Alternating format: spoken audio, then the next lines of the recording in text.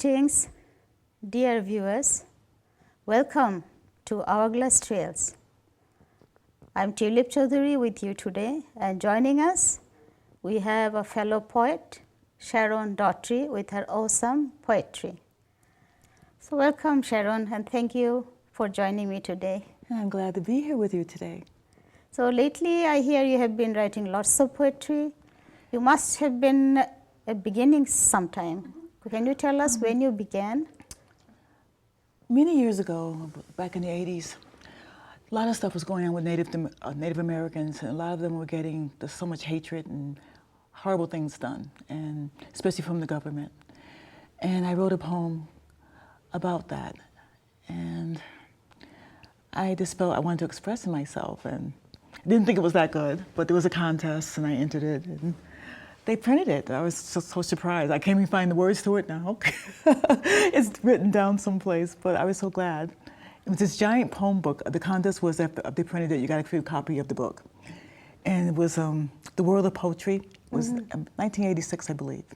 Mine was like 100 and something way in the back, but they did print it. Yeah, that's awesome. I have a copy hiding in the house. And what was the name of the poem? Do you remember? Oh gosh, no, I can't recall it right now. But I think I remember you mentioned it to me sometimes. I'm sorry. What is the color of sin? What color is my sin? What color is my sin? Yes. I get it. I remember that I was so taken by the name itself. And I have a copy hiding, but I could not find it to find bring with it it today. So next time I'll have it, I promise. Yeah, I hope you find it too. It's very precious. Thank you. Is there any particular time of day or night that comes to you as more inspiring to write or something? Usually if something moves me. I don't like racism. And if there's something going on in the media or on the news, or if the president says something that I find that's not fair, sometimes I do a poem to let out the emotion I'm feeling. Or sometimes love triggers it, sometimes friendship, sometimes a good day or bad day, or sometimes if I'm having a day when I'm tripping and falling, to a poem. So it all depends. That's wonderful to know. So there are just, whenever it comes, you sit down and write, or keep it to write it later?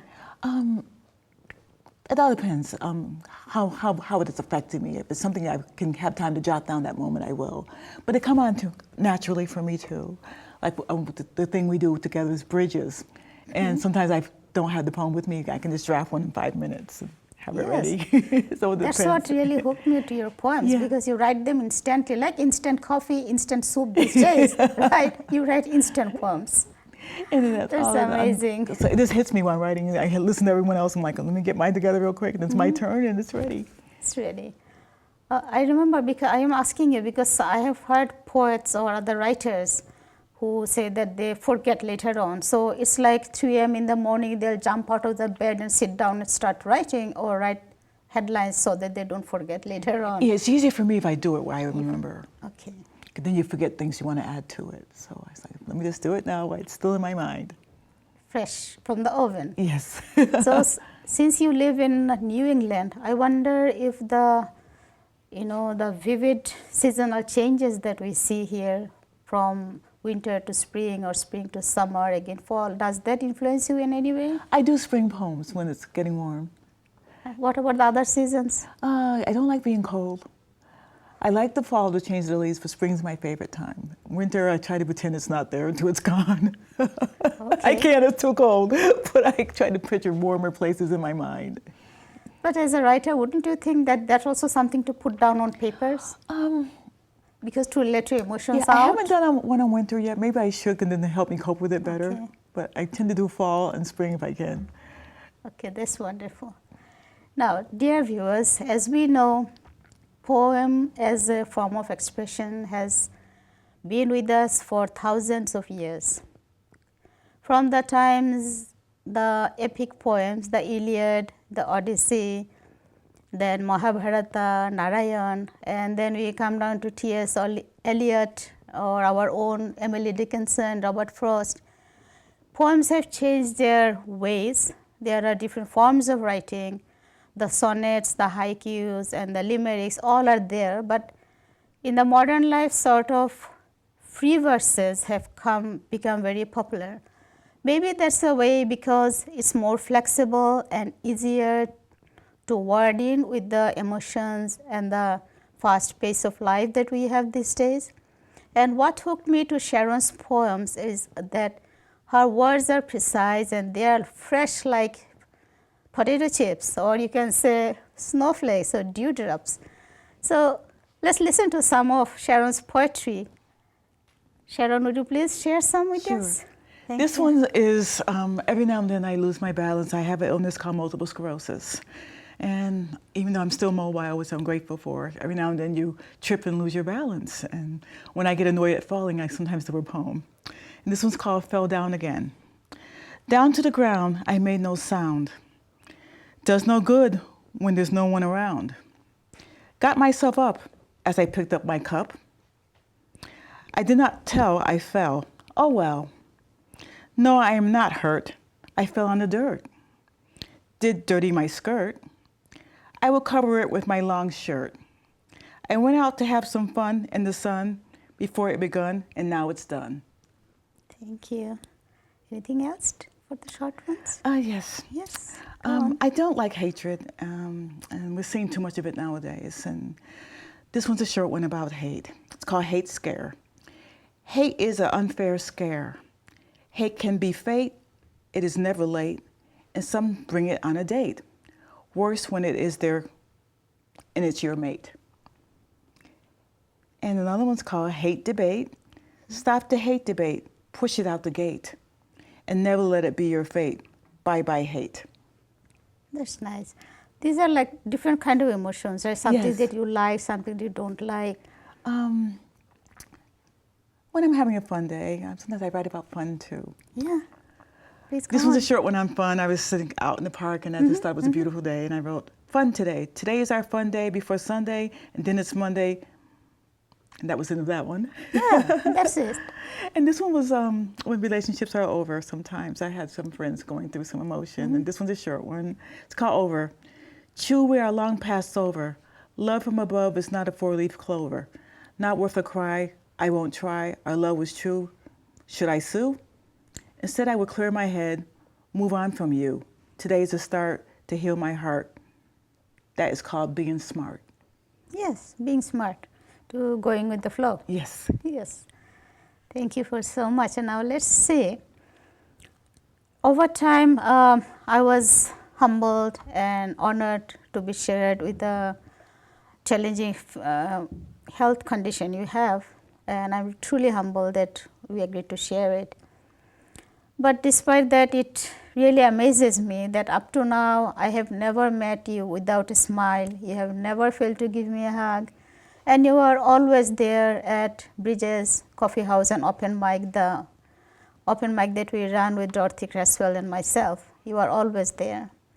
But I was amazed how you would do it all. And I would be saying that you are very strong. Many people who are faced with life challenges do not have the inner strength to go by each and every day. And I was wondering, would you like to share something on that, since as human beings, we draw strength from each other. Sometimes life is so heavy, we don't know where to open the window. When we hear there is a window, we open it and take some breaths. Do you like to share something, how poetry helps you? Because I think it does make you feel relaxed. My mother taught me to express myself. I'm an only child, and my mother worked a lot. And I was home alone a lot, and I'm inside of my head. So she said I had a village in my head of 30 people. I would do the voices too. Yeah. But she taught me to express myself, either drawing or writing. And I would do imaginary characters. And I remember her favorite one was this family called the Walruses that I made up.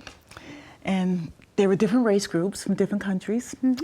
And they were wealthy, but they shared their wealth around. And because they were wealthy, they had to have protection. So I made up this imaginary protection of little women. They were only 5'1" in height, but they knew Like me? Yes, cute. They knew kung fu and karate. Yeah. And they could have a lasso that they swung from different buildings to protect them. And they would swing from building to building and somersault to the ground and protect them whenever they had to. My mother would just fall out in stitches. She made me promise I'd do a book about it one day. But it led to me doing poetry. And I was hearing the debate on the news about Native Americans, how they're going to take some of the land to build machinery on and things that were dangerous to the environment. And the Native Americans were protesting. And I did a poem called What Color Is My Sin? And I didn't think it would get printed, but there was a contest, and I said, let me submit this one. This is the only one I've done. And they chose it, and I got a book out of it, and that was my first printing. I didn't take it that seriously. I just did it for fun every now and then. I never thought I would write a book of poems. I'm considering it now, but that was my first one. Oh, that's wonderful to know. So I've done so many now. I might consider a book. My friends keep asking me to do one. So. Great. Well, I'll be poking you every day. Okay. You know how I'm good at poking. And if I decide, I will ask you to help. Yes. Thank you so much. You're I will be willing welcome. to be there whenever you are there. So I've had MS since the 90s, the late 90s. I was diagnosed. It took about, once I got diagnosed, it took about maybe 3 years out of my life at first, because I had to go on severe meds. They call steroids. And I had to go on IV meds. And then a prednisone med, which is, they say no one's home when you're on prednisone because it messes with your cognition, lights bother you, and it's just such a harsh med, it swells you up. But it got me back on my feet. I didn't know then it was MS. They thought it was another illness, so it took a while. And this happened in the early 90s. I was out of work for a while, then went back to work thinking I was fine. Then the MRI showed the brain attack of the disease, so we knew for sure. And it took my job. I had to leave my job because I had a hard time writing. And sometimes you get a cognition and you can't pull things together as fast as you want. And the employees weren't as patient as I needed them to be. So I left my job, and there was a wonderful organization in Massachusetts called Mass Rehab Commission, and they help people with disabilities go back to school and services that they need at home. And they asked me, was there anything special I wanted? I said, I did not want to sit home feeling sorry for myself with multiple sclerosis. I'd like to go back to school. She said, it's going to take a long time with MS, but if you're up for the challenge. And I did. I went to STCC, got my associate's degree from there, and I had a wonderful disability department. And they helped me get on my feet. And then when I was done with that, they said, do you want to continue with school? I said, I'd like to go for my bachelor's. And she said, it's going to take a while. I said, I'm up for the challenge. And I went to Westfield State and got my bachelor's in social work. I wanted to continue with the master's, but my health had tanked, so I hadn't had a chance to go back for that yet. But I'm glad I did. It helped me open my world. Well, thank you for sharing all that. And you see, when I said you are strong, you said, do you think I am? And you see where you are now. Thank you. I didn't say I was, but yes. You are smiling and doing it all. I refuse to let it get me down. Each time you have a relapse, you never know what stage it's going to leave you in. You may be more disabled than you were, or you may go back to how you were before the attack. So sometimes it's hard to pick myself up, but then my humor kicks in. Yes, yeah, exactly. Then I come back. That's great. Yeah, I mean, life lands us in different situations, different times, and it's like there's another challenge that tells you, can you get up, and you decide whom to listen to. I was determined when I found out I had MS, I was not going to burden a mate with it, because I was single. And I'm like, I'm not going to date, and I'm not going to be in a relationship. If men notice me, I'm not going to let them know I noticed them. I would pull out my cell phone, pretend I was talking on it when no one was there, praying it wouldn't ring. So they wouldn't notice me and not make eye contact. And then I went to an NAACP meeting and see this handsome man there, and he was disabled too, but I thought he was cute. I'm like, we can be friends. Yes. I didn't think anything would come of it, but I've been in a long relationship with him, and he's a wonderful person. That's wonderful. I'm glad I tried again. I'm so happy for you too. Now, the poem that you first published was What Color Is My Sin? Is My Sin. Yes. Did that come from the taking away of the native land or something that you felt that they could not reason why it happened to them? I felt they committed no sin. And since the wars back in the Western days till now, Native Americans have been annihilated, savagely treated. And still they're being abused. Even now there's stuff going on. and they don't get a break. And I just think, I felt it was so unfair. You know, we all think we have problems, but we're not living on a reservation, you know? And I kind of feel they live on one because they feel safer amongst themselves. And it shouldn't be that way. I would like to have Native Americans as neighbors. I like to have them in the businesses I deal with and have them around me because they're part of our society. And they're not, they're separate. I just think that's so unfair, and it still bothers me. Yes, I'm sure we share the same thoughts. Wherever there is something not quite right, we don't feel quite right inside us too. I don't like racism. Yeah, it's not fair. So on that note, I remember that you also write more poems, I think, on love, hate, war. So do you have any poems to read on that regard, something that when the world is much better, when we leave aside our racial, religious discriminations? Let's see. I tried to bring cheerful ones today. Me and Tulip, we go every other month to Bridges, which is through my church, but we read poetry, and some people sing songs, and some people tell stories. And I did one on bridges. And I said, "Bridges link us," is the title. "In a wink, our bridges links us in a blink to a new place and time where we sing, chants, a dance, a rhyme, or mime. We have fun every time." Yes, we do. And it's about fun. You know, you gotta laugh sometimes. People aren't a color, they're people first. And we spend so much time in America looking at what color people are and judging them for something that they can't help. So sometimes you gotta find ways around that, just do something that you enjoy, that makes you laugh. And Bridges is a diverse group of people that come and share what they have to share. And there's so much talent that comes from the neighborhood, from other towns. So I look forward to it every month. Thank you. We look forward to you, having you and everybody. It's a great sharing, I think so too. Yeah, I enjoy it. And I was thinking, is there any particular poet that you read, you like to follow?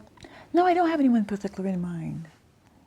So, and I remember once you read a poem that you lost a friend sometimes. Yes, and I don't have that one with me. I don't have that, but I remember, you were so hurt and so pained that you really couldn't say how much, and that day you read your poem to express and share your grief with us. When she passed, I went up to speak, and I don't know where it came from. I just started singing, and sometimes I sing, makes me feel better.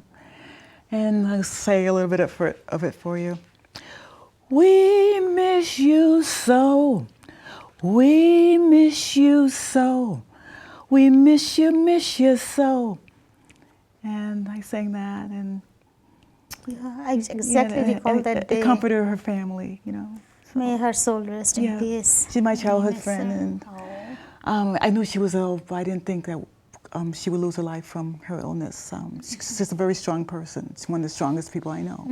So it's a loss. I feel it the rest of my life. Yeah. I'm sorry for your loss too. Yeah. There are lots of websites these days, free, some are paid, that you can share poetry with, and it makes, sometimes it's very easy. So do you share any poetry on any websites of that sort? Every now and then I'll share one on Facebook. It's Facebook, yes. Is it? Me and my boyfriend, we do Facebook. We don't so much do it to contact friends. I do it to share things I don't like. And especially if there's something to do with racism, and I speak out against it. Would you like to read some other poems? Yeah, I did one poem on when they were talking about the flag. And the Confederate flag, and it just bothered me that so much ugliness came from it. And it's called The Confederate Flag. Words came out of their mouths. It's our history. They felt there was no mystery. It's the South. The flag is their right, but it does cause an angry fight of might. The flag came down with little sound. Many supporters stood around with no smiles. Some had walked for miles, while others showed a grim silence that became an upset to let out in anger with no violence. Silence or danger was met. What did we expect from this effect? The flag and the rope were folded while no one scolded. There is still hope. It's great. We really need to have these poems out. You know, in these times of conflict, these poems are like really good ones to wake us up again. So any other That was the poem only that one you I did like? on that one. And this one was one of my summer ones. I don't like bugs. Most women don't. And a bunch of bugs got into the house, and I was really upset about it. And I'm Yeah, like, that's funny. do I get Bugs, spray they and get a get poem them, or too? do I write a poem about Wow. it? So I wrote, bugs out. I'm bugging out. I'm trying not to shout, bugs, as I shrug. They came over my place in a haste this summer. What a bummer. Hey, they got no love from me, nor am I inviting them to tea. They lived in the rug. I shook and tug, shake out those bugs. They're in snug. They get no hugs either. I need a breather, sorry they came, and things were never the same. Wow, I can't believe it. Not feeling relieved, those bugs are to blame. Ah, that's funny. That's really funny. But this is the unique thing about poetry. You can express your irritated mood, happy mood, sorrow, however it comes. I think people should try because it helps let out emotion. Whatever's on your mind, see if you can do a Yes. poem about it. As it happened, there was I felt very sad in one of the poetry readings somewhere. Not too long ago, I met a poet who, on a very large-scale car accident, lost one of her legs, and then she had to, restart her life with the support of only one leg. And she came out as a sense of relief through poems. She started writing poems for the first time in her life because it was healing. She could say all the things that were going inside her. So poems, music, and there are many other kinds of forms, but we each find our own ways to vent out our emotions, right? Yes, we do. It does And now, help. after hearing so many poems, I'll just be waiting to hear a date when you are going to publish your book. I'm going to contact you for help before I do. Oh, no. You're the best person. I'll be glad to help. And thank you for so much for confidence in me. Yeah, I'm I'll do fond all of my you. best. Sure, definitely. And is there have you got any title thought of for your book or something? No, I haven't. But No? I promised some friends I would try to get it going this year. Isn't that So funny? I'm I gonna mean, twirl a few things around, see. yeah. I mean, and isn't it funny? Sometimes, I kind of first, before I start writing something, I think of the title first. That's why I asked you, have you thought of the book, name of the book? Yeah, I haven't thought about getting them printed because I'm so busy just writing them down, sharing Yeah. emotion. But sometimes it can help other people. And I didn't see it that way. But one of my friends said, this makes me laugh. You should really do more. And she says they let out so many different emotions. You have different chapters on which ones are what. And that person can turn to whatever they're feeling and read a poem about it. So does it happen to you, like whenever you write a title, sometimes it happens to me, suppose I write a title for a story or a poem or something, but down the way when I finished with it, it seems like I changed the title because the thoughts from Change, then and the yep. last doesn't go. Does that happen to you sometimes? Yeah, sometimes I would change the words in the poem because sometimes I read it and say, no, I just really wasn't feeling that harsh. I was feeling a different emotion. I'll change it around a little bit. It's the same poem, but a different way to express how I'm feeling. So when do you feel satisfied with your poem? Like when you read it aloud and think, oh, exactly what I'm trying to say is there? Or how do you come to a term with that, like, oh, I'll rest? I read it a done. couple of times before I do, Okay. and then see how am I feeling with that word or this word, or how that one ended. And if it's not quite right, I'll add more to it. If it's not Okay. quite what I want, I switch it to another word. Do you read it too, Michael? No, I don't. He seems to like everything I Sometimes do. the second years, to pick up something else, and I like He to seems do to like that all my sometimes. poems, so he's not fair. That's good. He's like, I'm not going to say anything wrong because I love her. But no, he seems to like my poems no matter what I write. But That's wonderful. yeah, You I'm have lucky somebody there. to share. Yeah.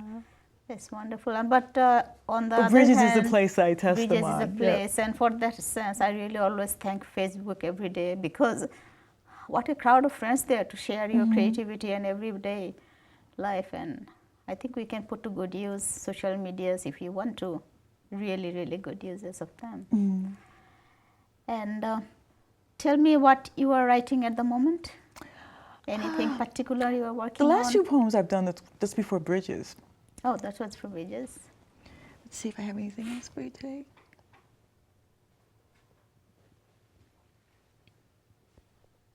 You just read No, one that's about it the that I have bridges. for you That's it. today. The one you read about the bridges. That was wonderful. Yeah, that one Yes. I did for bridges, and Yes. I was listening to other poems, and I was feeling just a joy that so many people came to share that day. Someone was playing a guitar, someone sang a song, someone else shared a story, and I was thinking how it links us all together.